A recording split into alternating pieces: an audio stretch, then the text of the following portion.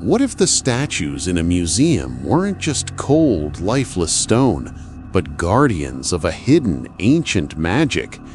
Tonight, you'll follow Sarah as she discovers a secret world hidden in plain sight, a world where art breathes, whispers, and waits for someone who truly sees. Stay with us, because what happens next will change everything you thought you knew about the ordinary. The hushed reverence of the nude gallery had always been Sarah's sanctuary. At 32, she often found the modern world a cacophony of shallow noise. But here, amidst the silent, sculpted figures, a profound quietude settled upon her soul. She wasn't an art historian, nor a sculptor herself, but something about the raw, unadorned humanity captured in marble and bronze spoke to her on a level no living person ever quite managed. Today she had arrived early, a rare indulgence on a weekday, and had spent nearly 5 hours in their company. It was the simplicity, she thought, the absolute lack of pretense. No elaborate costumes, no societal roles, just the pure, unvarnished form, celebrating vulnerability and strength in equal measure. Each curve, each muscle ripple, each serene or anguished expression told a story more ancient and resonant than any textbook history. She had lingered longest by the dying youth, a Roman copy of a Greek bronze, his slumping form exquisite in its agony, yet oddly comforting in its acceptance. Then to the veiled Vestal Virgin, whose drapery was so masterfully carved it seemed to ripple and cling, revealing a form beneath that was both modest and undeniably present. And of course, the three Graces, their interlocking embrace a symphony of feminine grace and unity. Sarah found herself drawn to the quiet power they exuded, a silent conversation across millennia. The museum's PA system crackled, its polite, automated voice signaling the inevitable. The museum will be closing in 10 minutes. Please make your way to the exits. A sigh escaped Sarah, light as the dust motes dancing in the last rays of sun filtering through the high arched windows. Reluctantly, she began her slow circuit towards the main entrance, her steps echoing faintly on the polished marble. She was usually among the last, savoring every moment until the security guards began their gentle ushering. But today, something was different. As she passed the three Graces once more, a faint shiver traced her spine. Not from cold, but from an almost imperceptible presence. She paused, turning back. The statues stood as they always did, frozen in their timeless dance. Yet she felt a peculiar hum in the air around them, like the lingering charge after a static shock. A trick of the light, she told herself, or perhaps just exhaustion. The final announcement reverberated through the vast hall. The museum is now closed. All visitors must exit. She saw the last few stragglers shuffling towards the main doors, their conversations softening to whispers. A security guard, a burly man named Frank, who always offered her a kindly nod, was making his way through the modern art wing, his radio crackling. She instinctively ducked into the shadowed alcove where Venus Pudica stood, her modest pose an invitation to contemplation. She wasn't trying to hide, not exactly, but a strange, compelling urge to stay had taken root. Frank's footsteps faded. The distant clatter of the main doors being locked resonated through the building, a sound of finality that usually brought a pang of disappointment. But tonight, it brought a thrill. She was, in essence, alone. The museum lights dimmed, shifting from the bright, day-setting glow to a muted, ambient illumination. Long, deep shadows pooled around the bases of the pedestals, making the figures seem to rise from inky depths. The air grew still, heavy, charged. Every breath Sarah took felt amplified. She stepped out of the alcove, her gaze sweeping across the gallery. In the dimness, the marble figures seemed to possess an uncanny luminescence, their forms softer, more yielding than stone. The dying youth seemed almost to sigh, a sound Sarah felt rather than heard, a gentle exhalation of ancient sorrow. The veiled vestal's drapery appeared to sway, ever so slightly, as if stirred by an imperceptible breeze. Her heart began to pound, a frantic drum against her ribs. This wasn't a trick of the light, nor of her imagination. The statues were resonating. A faint, high-pitched hum began to fill the vast space, growing steadily, vibrating through the museum's very foundations. It wasn't a sound from the speakers or the ventilation system. It was deeper, more fundamental, like the earth itself singing a forgotten song. It seemed to emanate from the very heart of the gallery, from the statues themselves. Sarah took a tentative step forward, then another, drawn by an invisible current. She found herself standing before the three graces again, their smooth, pale forms bathed in the ethereal glow of the dimming lights. The hum intensified, and then a whisper, faint as a moth's wing, touched her mind. It wasn't a language she understood, yet its meaning was undeniably clear. Awaken. It is time. One of the graces, the one with her arm looped over her sister's shoulder, turned her head. Her marble eyes, previously blank and unseeing, seemed to glow with a soft inner light, and her lips, carved in a perpetual gentle smile, parted ever so slightly. Sarah gasped, stumbling back. Her mind reeled, trying to reconcile what she was seeing with every rational bone in her body. Hallucination, fatigue, stress, but her senses screamed otherwise.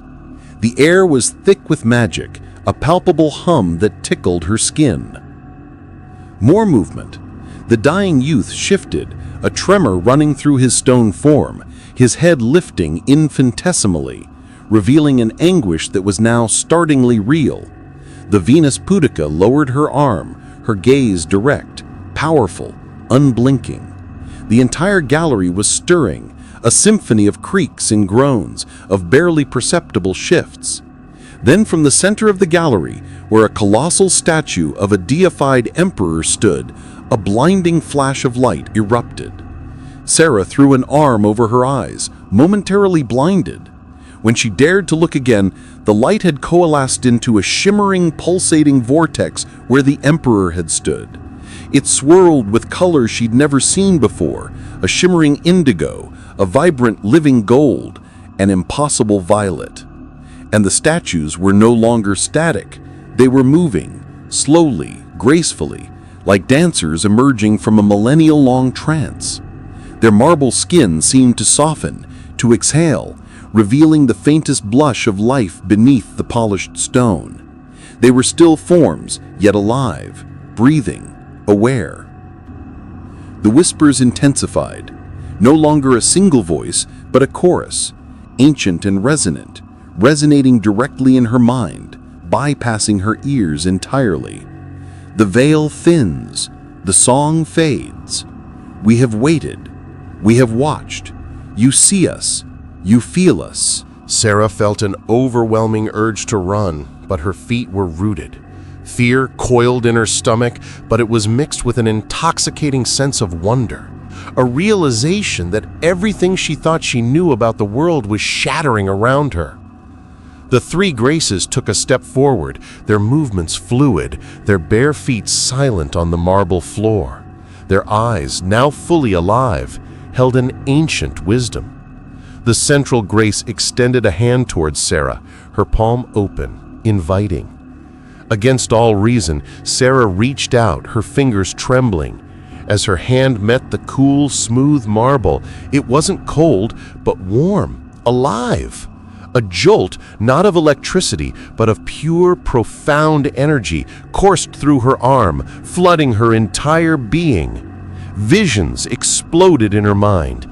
Ancient temples shrouded in mist, sun-drenched amphitheaters echoing with forgotten music, starlit nights filled with the murmur of a primeval forest. She saw figures, not of stone, but of living light, dancing with the stars, shaping mountains with their will. The museum itself began to dissolve around them. The walls shimmered, becoming translucent, then fading into a boundless expanse of soft, swirling mists. The floor beneath her feet became not marble, but a shimmering, ethereal surface that pulsed with the same inner light radiating from the Graces. She was no longer in the museum. She was in a realm woven from pure essence, a place where the concepts of time and space seemed fluid, irrelevant. The Graces, now no longer appearing as marble, but as beings of radiant, pearlescent light, still held her hand, their forms perfectly sculpted, their nudity representing not vulnerability, but purity of being. Around them, other figures began to materialize from the mist. The dying youth, his anguish now a profound sorrow etched on a face of pure light. The Venus Pudica, her gaze emanating a quiet, formidable power. They were the custodians, they communicated, of the primeval song, the foundational magic that once permeated every atom of their world. They were the forgotten deities, the personifications of truth, beauty, strength, and sorrow, petrified by the world's growing skepticism, locked in their stone forms as the world outside forgot the source of its wonder. The song fades, the Graces communicated, their thoughts interwoven into Sarah's own. The heartstone, which beat at the core of our realm, now dims. It was taken not by force, but by the slow erosion of belief, the turning away from the unseen, the unquantifiable.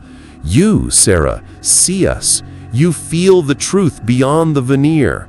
You are burdened by no dogma, no preconception. You see the form, the essence, not just the stone. Sarah understood. She saw them for what they truly were. They were not just art, but the very embodiment of the emotions and concepts they represented, frozen in time until someone could truly see them again. Their realm, they showed her, was weakening. Cracks of cold, sterile light from the mortal world were appearing, threatening to shatter their ethereal existence entirely. The Heartstone, a crystalline repository of the primeval song, was buried deep within the modern world's forgotten spiritual core, suffocated by concrete and cynicism. "You must retrieve it," the Graces urged. "Restore the resonance. Only one who comprehends the pure form, unburdened by the illusions of the fleeting world, can touch it without shattering its last faint pulse." They projected images into her mind, a landscape of muted colors, of gray, faceless buildings rising into an oppressive, uniform sky. At its center, a distorted, grotesque monument, a tangle of steel and wires, pulsing with a faint, sickly light. This was Hearthstone's current prison, its energy being slowly siphoned by the very forces that had caused its decline. Sarah felt a surge of doubt. Me? I'm just me, an art lover. I have no magic? Magic is not a force you wield, but a truth you perceive, the dying youth communicated, his luminous form radiating profound calm. Your empathy, your ability to see beyond the surface, is your power. It is the purest form of magic. She was transported, not physically, but spiritually, to the edge of this desolate landscape. The air was heavy with apathy, with static of indifference. Gray, ethereal figures, thin and distorted, scurried about, their faces blank. They were the spirits of forgotten dreams, of unexpressed passion, of neglected wonder. She had to navigate this landscape of despair. The Graces, through their mental link, guided her. There were no physical obstacles, but conceptual ones. Walls of doubt rose before her, shimmering with projected fears. "You're not good enough. You're deluding yourself. This is madness." But Sarah, remembering the serene power of the statues, pushed through, focusing on the beauty she had seen, the truths they embodied. She passed the spirits of forgotten laughter, of unexpressed passion, of neglected wonder. With each step, she focused on a different statue she knew, the strength of the discus thrower, the resilience of the Laocoon and his sons, the serene wisdom of the Athena Parthenos. She drew on their essence, their carved stories infusing her with purpose. Finally, she stood before the monument. It wasn't physical, but a construct of forgotten belief, a cage for the hearthstone. It pulsed with a weak, sickly glow. She saw the hearthstone within it, a magnificent crystal, dull and almost completely dark, its once vibrant colors suppressed. "Touch it," the Graces urged, "with sight, with feeling, with truth." Sarah reached out, her hand passing through the abstract, cold architecture of the monument. Her fingers grazed the surface of the hearthstone. It was cold, strangely rough, like a forgotten memory. She closed her eyes. She didn't try to do anything, but to feel. She thought of the perfect curve of a sculpted hip, the delicate line of a collarbone, the powerful tension in a carved muscle. She thought of the stories she had projected onto them, the emotions she had felt in their silent company, the vulnerability, the strength, the grace, the enduring beauty. She poured her pure, unburdened appreciation into it. She saw the hearthstone not as a dull rock, but as a masterpiece, a work of art that had simply lost its light. And then it pulsed, first faintly, then with growing power. A warmth spread through her fingers, through her arm, through her entire being. The crystal began to glow with an inner light, faint at first, then growing in intensity until it blazed with a blinding, pure radiance. The gray mist around them recoiled, shrieking silently, the bleak landscape dissolving into nothingness. The hearthstone, now vibrant, exploded with color, sending tendrils of pure, living light throughout the ethereal realm. The custodians of the primeval song, bathed in its renewed glow, solidified even further, their forms becoming crisper, their light more brilliant. "It is done," the Graces communicated, their voices filled with profound gratitude. "The song is restored, the connection renewed. For now the world remembers, even if only in whispers." The realm around Sarah began to shimmer, to coalesce.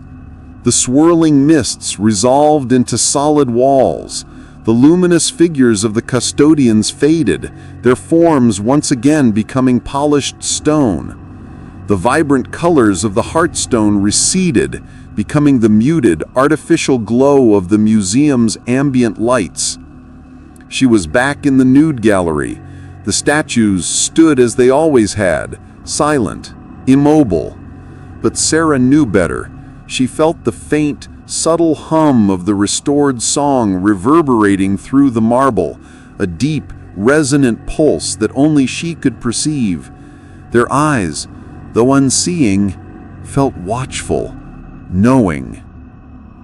A sudden, jarring click echoed through the hall. Footsteps. Frank, the security guard, rounded the corner, his flashlight beam cutting through the dimness.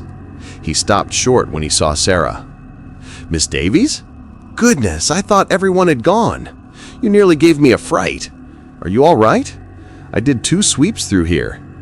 He sounded genuinely concerned, a hint of exasperation in his voice. Sarah smiled, a genuine, radiant smile that felt completely new. "I'm fine, Frank. Just lost track of time. This gallery, you know, it has a way of stealing minutes." He chuckled, shaking his head. "It certainly does.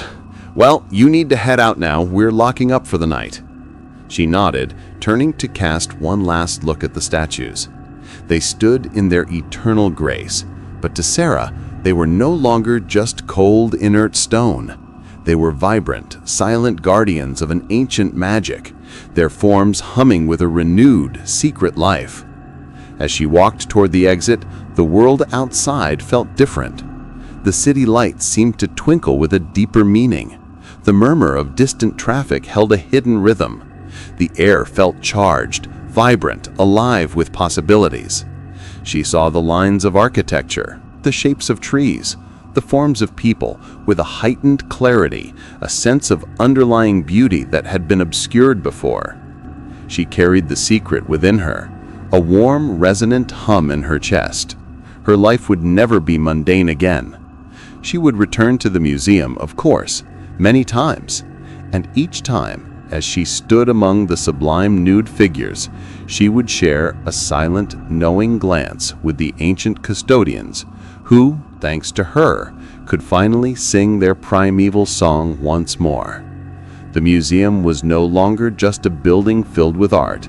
It was a veiled gateway to truth, and Sarah, the woman who saw beyond the stone, was now its silent keeper.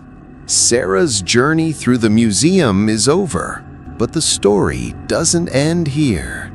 If you want more tales of mystery, magic, and the unknown, hit that subscribe button and join us, because on this channel, the extraordinary is always just around the corner.